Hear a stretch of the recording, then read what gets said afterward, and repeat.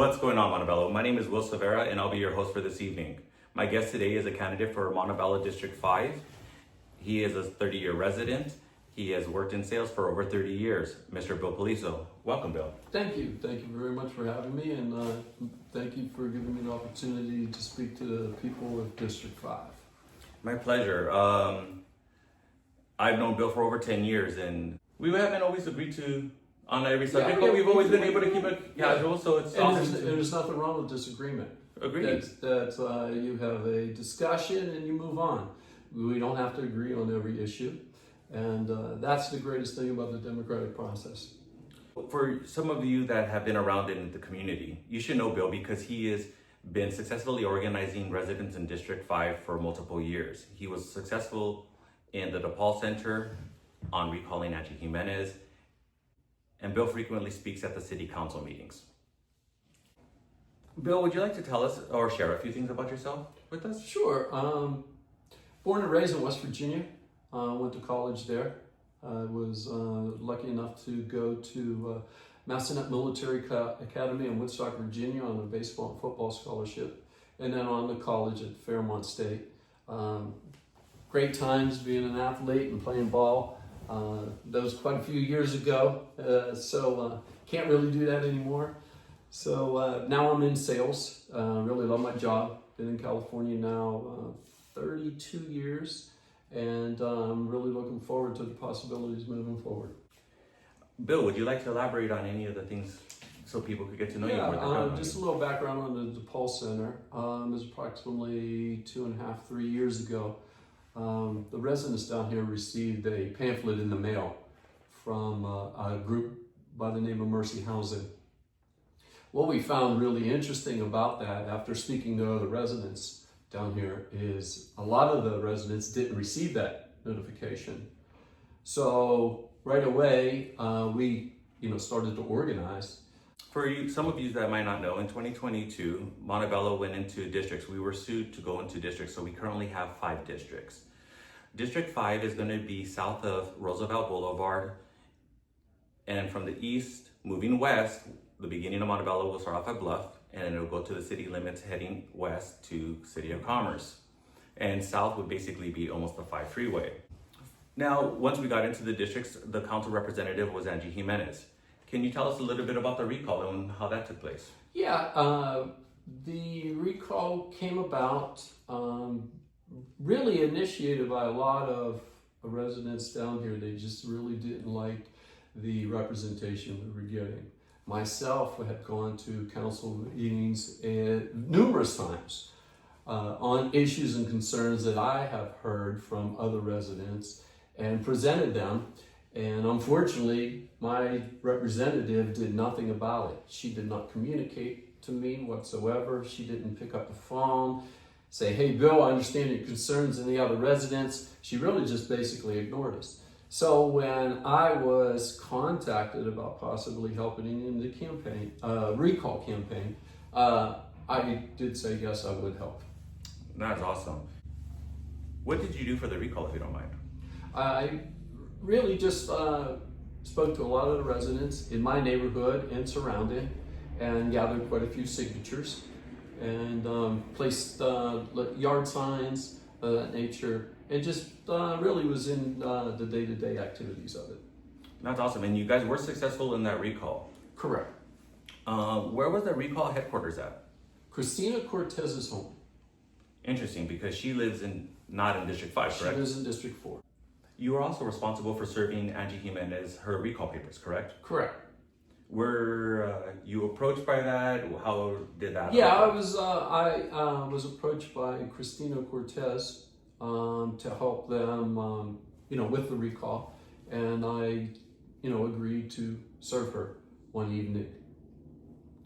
And for those that are not aware, Christina Cortez was the council member for the city of Montebello from around November 2010 to November 2017.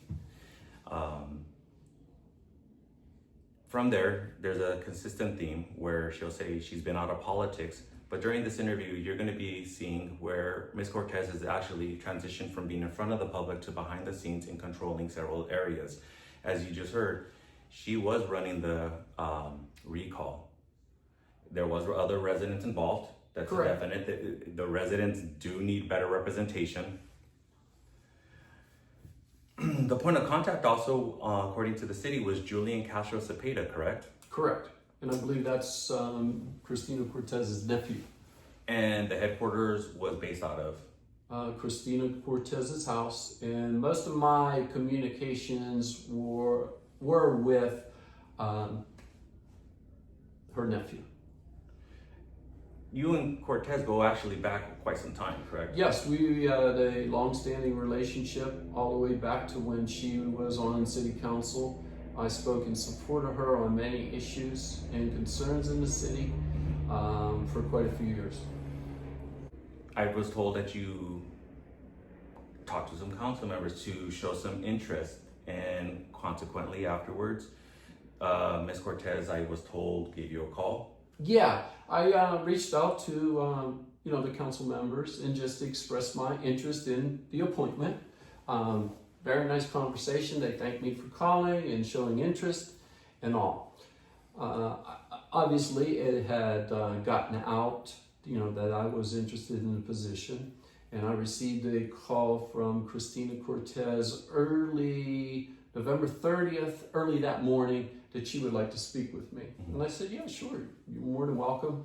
Unfortunately, my wife was out doing errands. She came down approximately about 4 o'clock and to talk.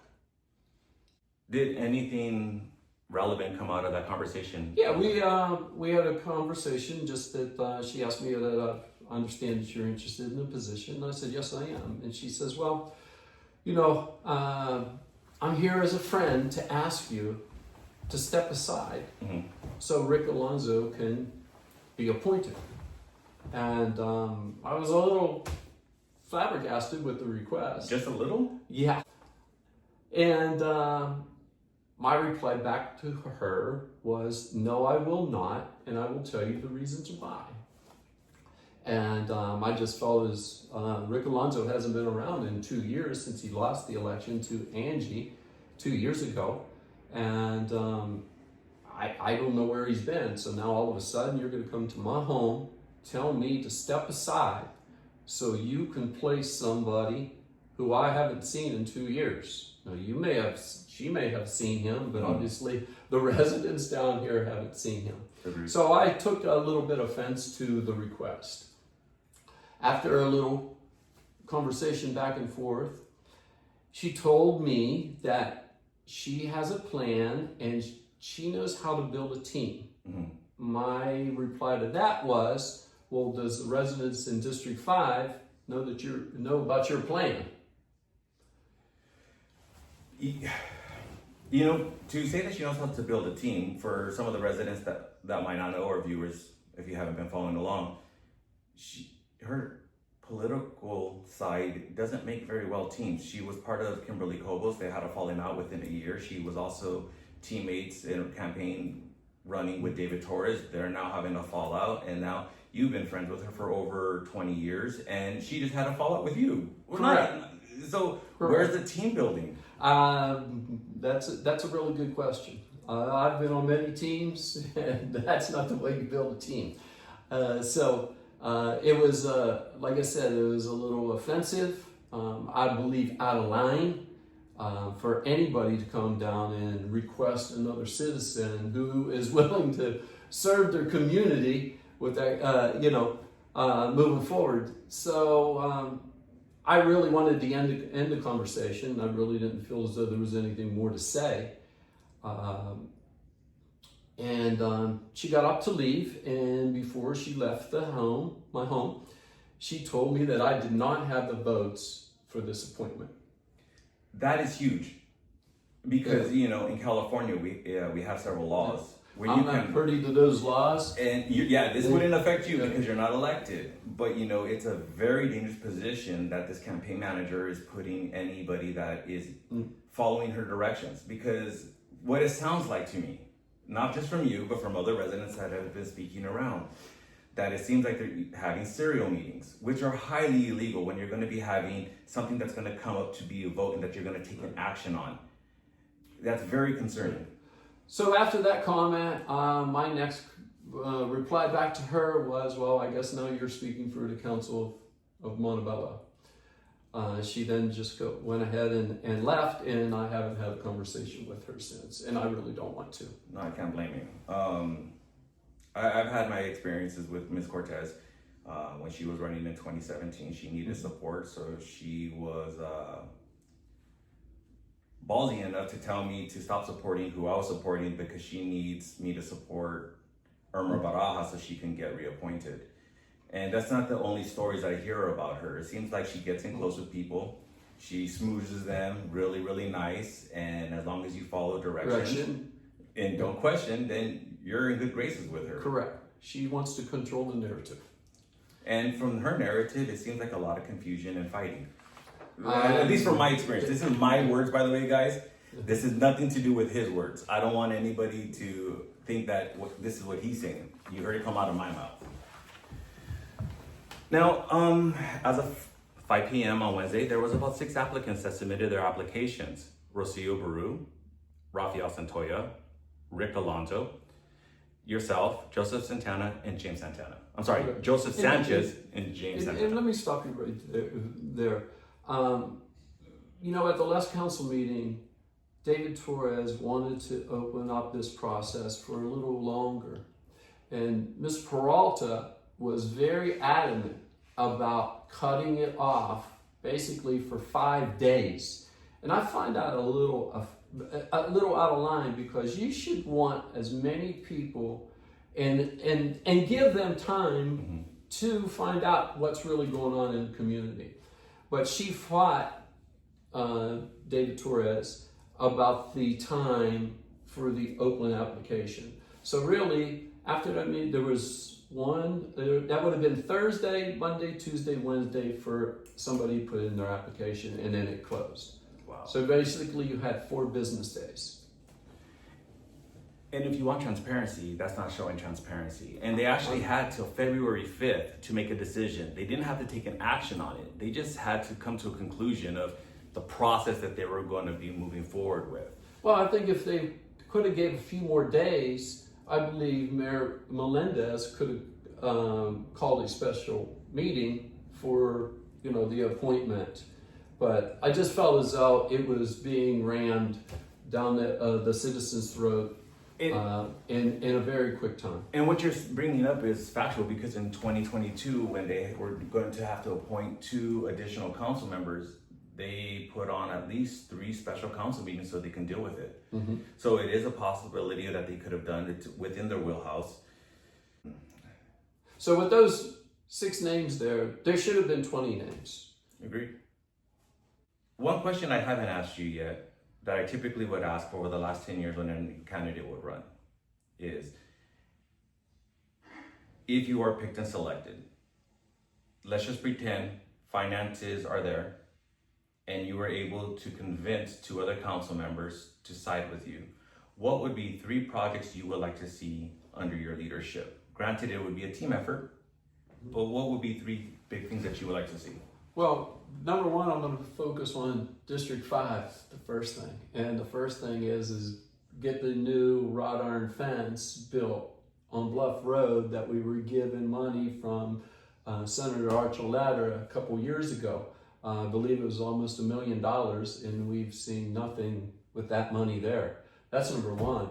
Number 2, continue to support the DePaul Center, and public safety is number 3.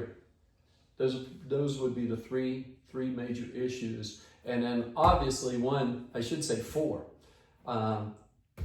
the Metro on Washington Boulevard.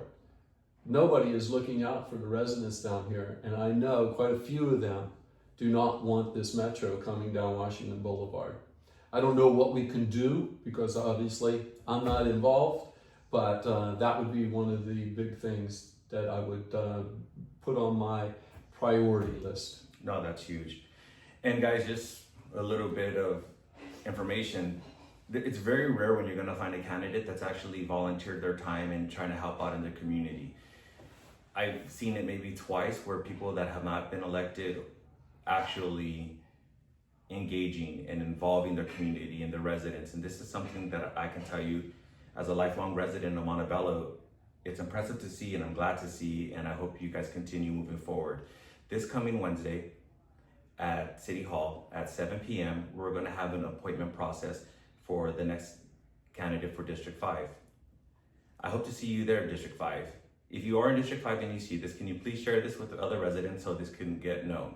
If you're not in District 5 and you see this, please put the pressure on the council members of your districts to listen to the residents of District 5. Before we end tonight, Bill, would you like to say anything else? Just as many residents as possible, please come. Next Wednesday, come and see the process of what's going to transpire. Please, if you can. If you can't attend, you will be able to see online. But please, as many residents can attend, please do so. Thank you. Thank you. Appreciate it. Thank you.